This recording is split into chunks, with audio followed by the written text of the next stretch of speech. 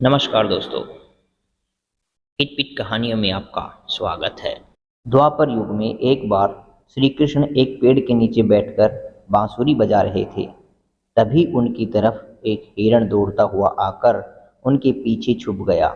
वह हिरण बहुत ही घबराया हुआ था। श्री कृष्ण ने हिरण के सर पर हाथ फेरते हुए पूछा, क्या हुआ? तुम क्यों छुप रहे हो? तभी हिरण का पीछा करते हुए एक शिकारी भी वहां पहुंचा और बोला, यह मेरा शिकार है, इसे मुझे दे दो, इस पर मेरा अधिकार है। श्री कृष्ण बोले, हर जीवित प्राणी पर केवल उसका खुद का अधिकार होता है, ना कि किसी और का।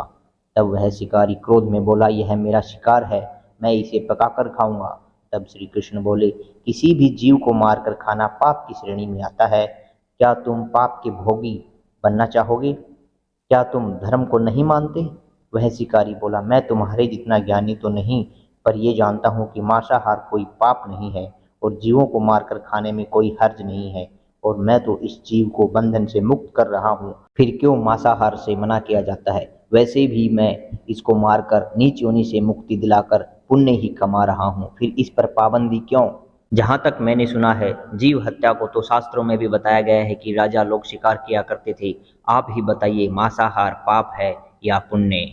श्री कृष्ण समझ गए कि इसकी बुद्धि मांस खाने के कारण मंद हो गई है और इसमें सोचने समझने की बुद्धि समाप्त हो चुकी है। फिर श्री कृष्ण बोले, इस विषय पर मैं तुम्हें कोई राय नहीं दूंगा, पर मेरी एक छोटी सी कथा सुनने के बाद तुम्हें उत्तर देना है कि मांसाहार पुण्य है या पाप, और तुम्हें मांस खाना है या नहीं। वह शिकारी सोचने लगा कि इसमें मेरा तो कोई घाटा नहीं है, इस कथा को सुन ही लेता हूँ, मेरा मनोरंजन भी हो जाएगा और बाद में मुझे इस हिरण का मांस भी मिल जाएगा। श्री कृष्ण ने शिकारी से कहा कि सुनो, एक बार मगध में खाद्य संकट हो गया था, तो अन्न की पैदावार भी कम हो रही थी। राजा को चिंता हुई कि यदि इस समस्या का शीघ्र निदान नहीं किया गया तो भंडार का अनाज भी जल्द खत्म हो जाएगा और भीषण संकट खड़ा हो जाएगा।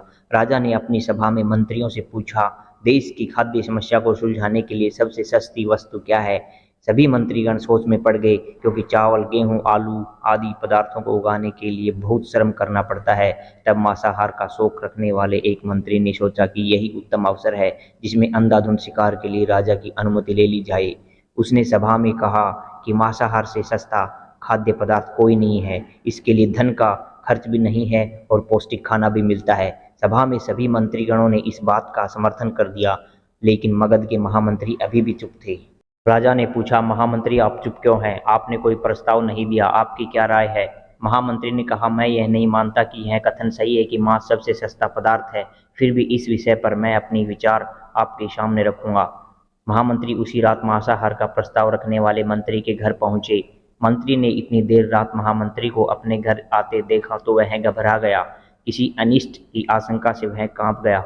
महामंत्री ने कहा, संध्या को महाराज बीमार हो गए हैं, उनकी हालत बहुत ही खराब है। महामंत्री ने कहा कि किसी शक्तिशाली शरीर का मांस मिल जाए तो राजा के प्राण बचाए जा सकते हैं।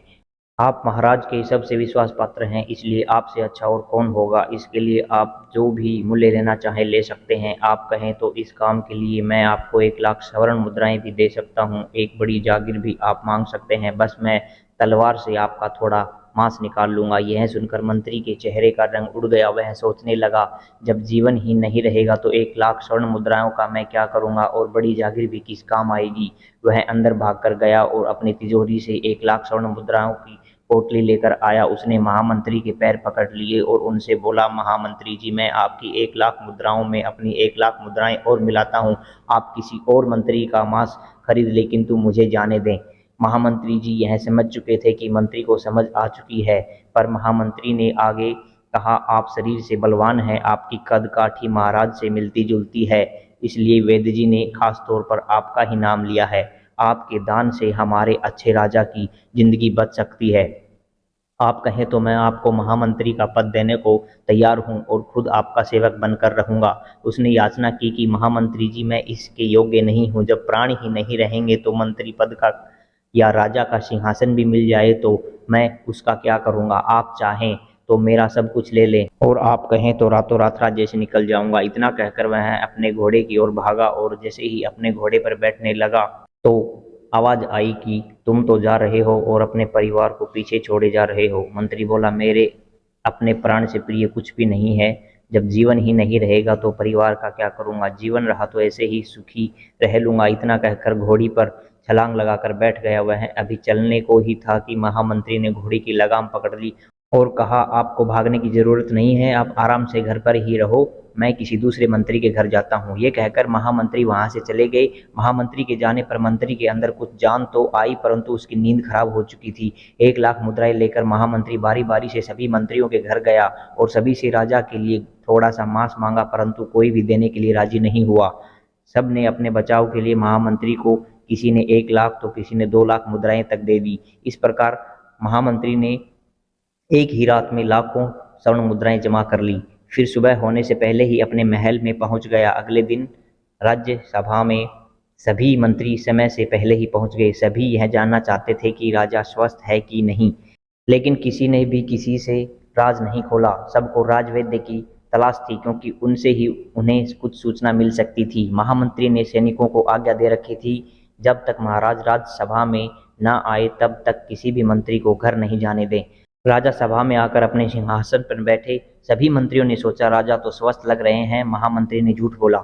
उनके बीच यही विचार चल रहा था, पर कोई भी किसी और को कुछ भी नहीं बोल रहा था। तभी महामंत्री ने राजा के समक्ष 40 लाख स्वर्ण मुद्राएं रख दी। राजा ने पूछा, यह स्वर्ण मुद्राएं किस लिए हैं और कहां से आई? मंत्री ने कहा, थोड़े से मांस के लिए इतनी धनराशि जुटाई है, पर मांस नहीं मिला। अपनी जान बचाने के लिए मंत्रियों ने यह मुद्राएं दी हैं। अब आप यह विचार कीजिए कि मांस कितना सस्ता है।